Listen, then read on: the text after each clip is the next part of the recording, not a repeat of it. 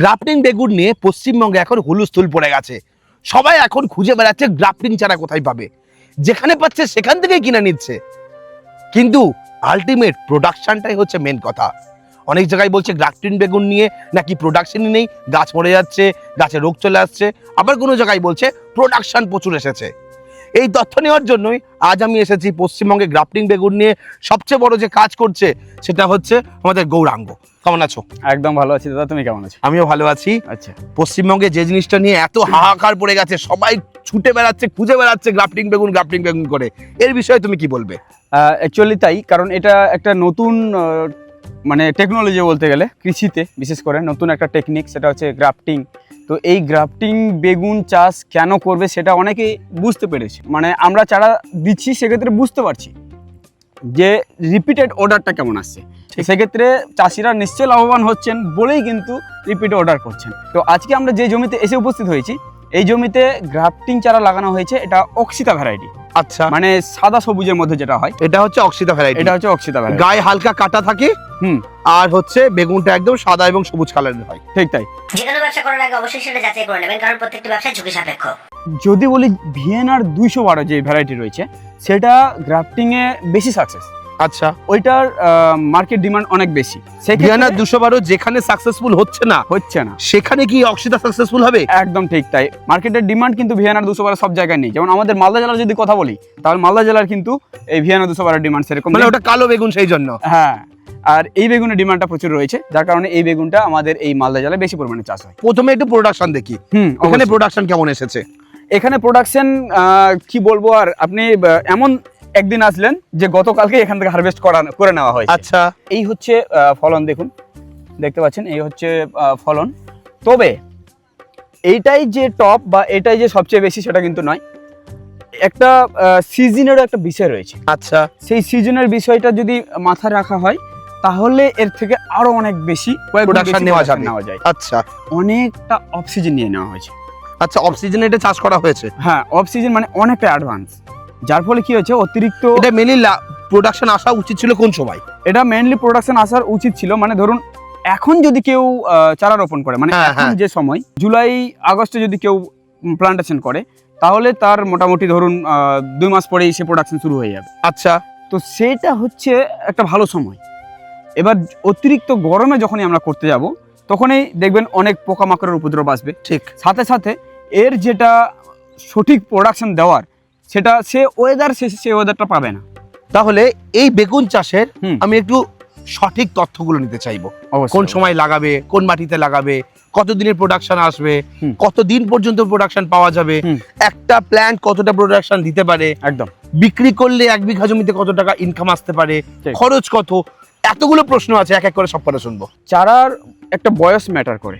খুব বেশি বয়স হয়ে গেলে আবার সেটা একটু প্রোডাকশনে কমে আসে, আর খুব বেশি ধরুন আপনার যদি বয়স খুবই কম থাকে, তাহলে আবার জমিতে রোপণ করার ক্ষেত্রে একটু সমস্যা হয়। তো সেক্ষেত্রে একটা মিডিয়াম এজের একটা চারা নিতে হবে, যেমন 5 থেকে 6 ইঞ্চি যদি চারা সাইজ হয়, তাহলে সেটা বেস্ট সাইজ।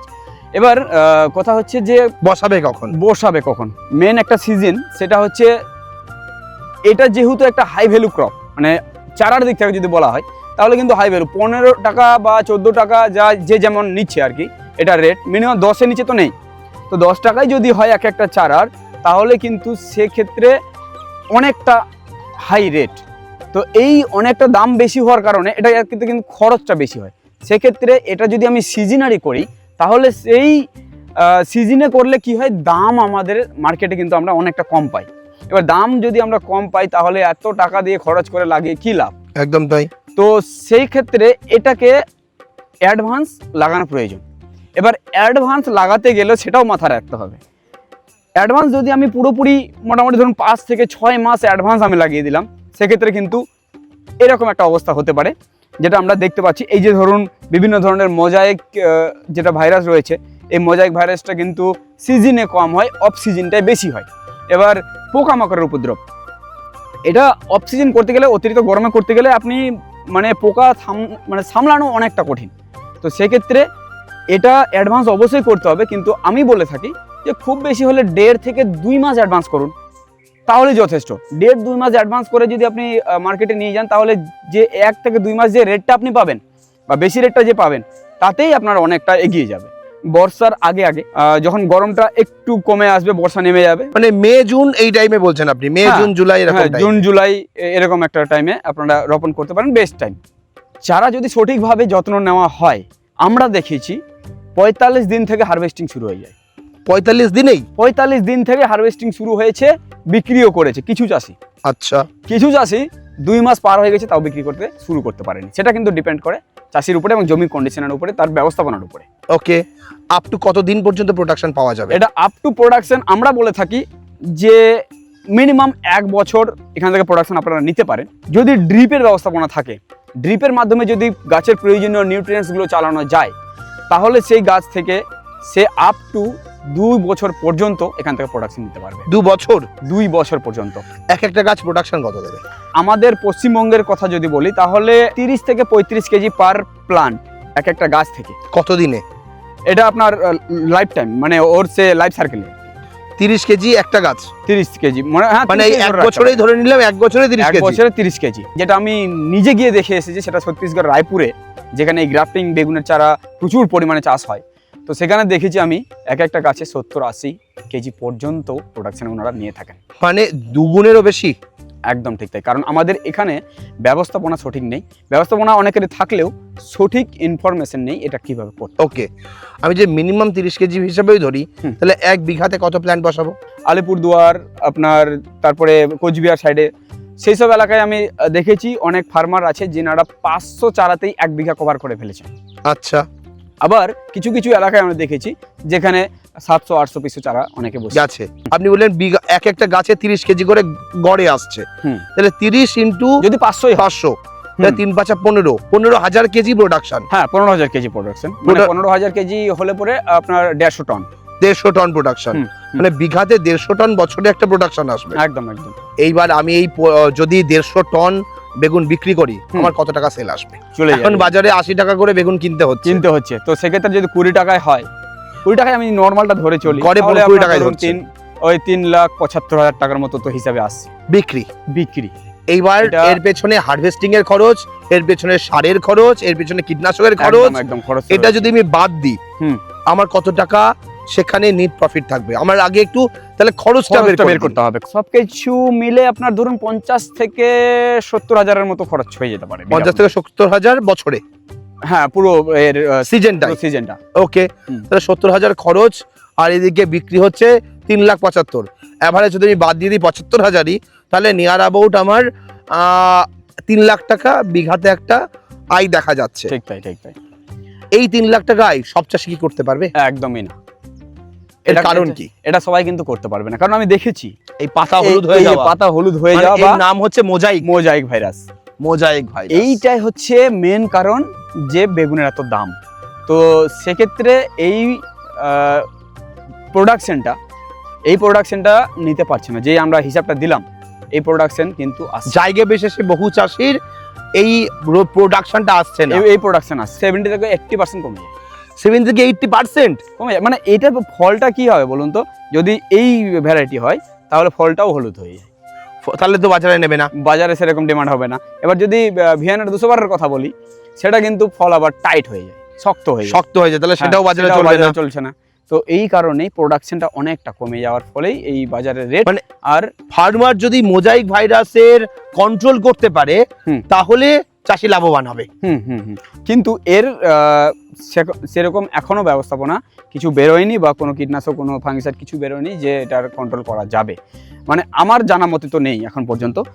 তবে আমরা দেখেছি যে চোষক পোকার হাত থেকে যারা রক্ষা করতে পেরেছে গাছকে, যতটা রক্ষা করতে পেরেছে, তাদের অনেকটা কন্ট্রোল হয়েছে। যেমন সাদামাছি, মাকড়, এইসব হাত থেকে যারা বাঁচাতে পেরেছে গাছকে, তাদের অনেকটা কম হয়। কিন্তু এবার বিষয়টা এখানে ভাবুন, প্রোডাকশনটা কম হয়েছে ঠিকই, দাম যে বেড়েছে, গড়পড় তাই লাভের পরিমাণ একই থাকছে, লাভের পরিমাণটা কাছাকাছি একই থাকছে। আমরা এই চারাগুলো একটু দেখতে চাই।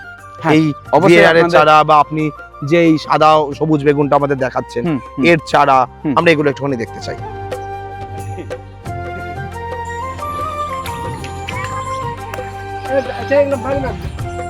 খুব সুন্দর। আমরা চারা দেখতে চলে এলাম। একদম এইগুলাই হচ্ছে ভিয়েনারের চারা, তাই তো? এগুলো হচ্ছে ভিএনআর 212। আচ্ছা, আর আমরা সামনে কি দেখতে আর পাচ্ছি? এটা যেটা দেখতে পাচ্ছি এটা হচ্ছে tomato Sahu variety. Tomato Sahu variety, দুটোই কিন্তু গ্রাফটিং। দুটোই গ্রাফটিং একদম। আচ্ছা, এইবার আমি এই চারার একটু কোয়ালিটি দেবো, একটা চারা তুলে একটু দেখান হ্যাঁ আমাদের। অবশ্যই। এইখানে রয়েছে জয়েন্ট চারার আচ্ছা। কোয়ালিটি দেখেন, একদম সুস্থ সবল চারা।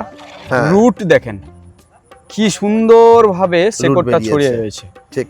এটা যখনই মাটি পাবে একদম খুব দ্রুত ছড়িয়ে যাবে। আচ্ছা, হুম, মানে শুধুমাত্র মাটি পাওয়ার অপেক্ষা এটা? একদম একদম মাটি পাওয়ার অপেক্ষায়। এটা একটা টমেটো, এটা একটা টমেটোর চারা দেখি। এই যে দেখুন, এটা কি ভ্যারাইটি টমেটো? এটা একদম, এটা হচ্ছে সাহু ভ্যারাইটি। শাহু ভ্যারাইটির টমেটো। আচ্ছা, হ্যাঁ, এখানে জয়েন্ট রয়েছে। দেখি খুব একটুখানি সুন্দর গ্রাফটিংটা quality দেখি। এই যে মাছ বরাবর এখানে এই জয়েন্ট যে রয়েছে। এখানে গ্রাফটিং হয়েছে, আর দেখুন আর রুটটা শেকড় খুব সুন্দর বেরিয়েছে। খুব সুন্দর রুট। এই চারা আপনাদের কাছে পাওয়া যাবে নিশ্চয়ই? একদম। তো কিভাবে ডেলিভারি করছেন, কত দামে দিচ্ছেন, এগুলো একটু জানতে চাইবো। এই চারাগুলো গাড়িতে করে একবার রিজার্ভ গাড়িতে আসে, যার কারণে চারা সুস্থ সবল থাকে। কোনো ধরনের ঝিমিয়ে পড়া বা গলে যাওয়া কোনো সমস্যা থাকে না। আর এই চারাগুলো যদি কথা বলে অর্ডার নেওয়ার, তাহলে ফোন করলে যে নাম্বার শো হচ্ছে বা এর আগে হচ্ছিল সেই নাম্বারে আপনারা যোগাযোগ করলে এই চারাগুলো আপনারা অর্ডার বুক করতে পারেন। মোটামুটি 15 থেকে 20 দিন আগে অর্ডার বুক করে রাখলে, কিছু হালকা কিছু পেমেন্ট দিয়ে অর্ডার বুক করে রাখলে এই সুন্দর কোয়ালিটি চারা আপনাদের জন্য চলে আসবে। মিনিমাম আর অর্ডার কতগুলো? 200 পিস মিনিমাম, আপ টু যতটা করতে পারেন। আর যদি কেউ বলে আমার তার থেকেও কম লাগবে, 50, 100, 20, 25 এরকম যদি কারো লাগে, তাহলে লোকেশনে আসতে হবে। আচ্ছা এবার সেটা ফোন করে, কারণ সব সময় চারা কিন্তু স্টকে থাকে না, খুব তাড়াতাড়ি বেরিয়ে যায়। আচ্ছা, এইবার একটু চারার দামটা যদি একটুখানি জানতে পারতাম। বেগুন এবং টমেটো দুটোই গ্রাফটিং দুটোই। চারা 15 টাকা পিস। তবে এটা চিরস্থায়ী বলা যাবে না, এই রেটটা সময় বেসিসে, এবং নার্সারিতে অনেক সময় রেট বাড়ায় কমায়, সেক্ষেত্রে আমরাও কম বেশি করে থাকি, কিন্তু বর্তমানে 15 টাকা পিস চলছে। আর যদি কেউ এসে নিতে চায় তাহলে লোকেশনটা কোথায়? মালদা জেলা গাজল থানার থেকে, মানে গাজল স্ট্যান্ড থেকে একটু দূরেই, ওই ধরুন আপনার 4-5 কিলোমিটার। এই জায়গার স্ট্যান্ডটা হচ্ছে গোলঘর এবং আদিনা। গোলঘর এবং আদিনার মিডিলে ঠিক পড়ে এই জায়গা। তবে এখানে আসলে কল করলে সেটা আমরা প্রপার, মানে ফোন করে নিলে অ্যাড্রেস বলে দেওয়া হবে? একদম সবকিছু। তাহলে গ্রাফটিং এর এই বেগুন এবং টমেটো এই দু ধরনেরই চারা কি পাওয়া যাচ্ছে?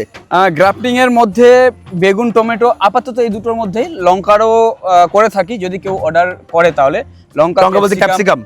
ক্যাপসিকামও এবং সাধারণ লঙ্কাও গ্রাফটিং হয়ে থাকে। আচ্ছা, তো যারা মনে করছেন এই ধরনের বেগুন চাষ দেখবেন এবং চারা নেবেন, তারা অবশ্যই গৌরাঙ্গের সঙ্গে যোগাযোগ করবেন। একদম। কারণ এবং এই চ্যানেলে আপনি বেগুনের ওপরে প্রচুর ভিডিও পাবেন, গ্রাফটিং বেগুনের ওপরে, এবং কোথায় কেমন প্রোডাকশন হচ্ছে অল ওভার ওয়েস্ট বেঙ্গল, সে ঘুরে ঘুরে সেই প্রোডাকশনও দেখাচ্ছে। তো স্ক্রিনে দেওয়া নাম্বারে ফোন করে নিন, এবং যারা সরাসরি আসতে চান যে ঠিকানা বলে সেই ঠিকানায় আসতে পারেন। আজকের ভিডিও আমরা এখানে শেষ করছি। পরবর্তী ভিডিওতে নতুন কোনো টপিক নিয়ে ফিরে আসবো। ততক্ষণ ভালো থাকবেন, সুস্থ থাকবেন। বাই। নমস্কার।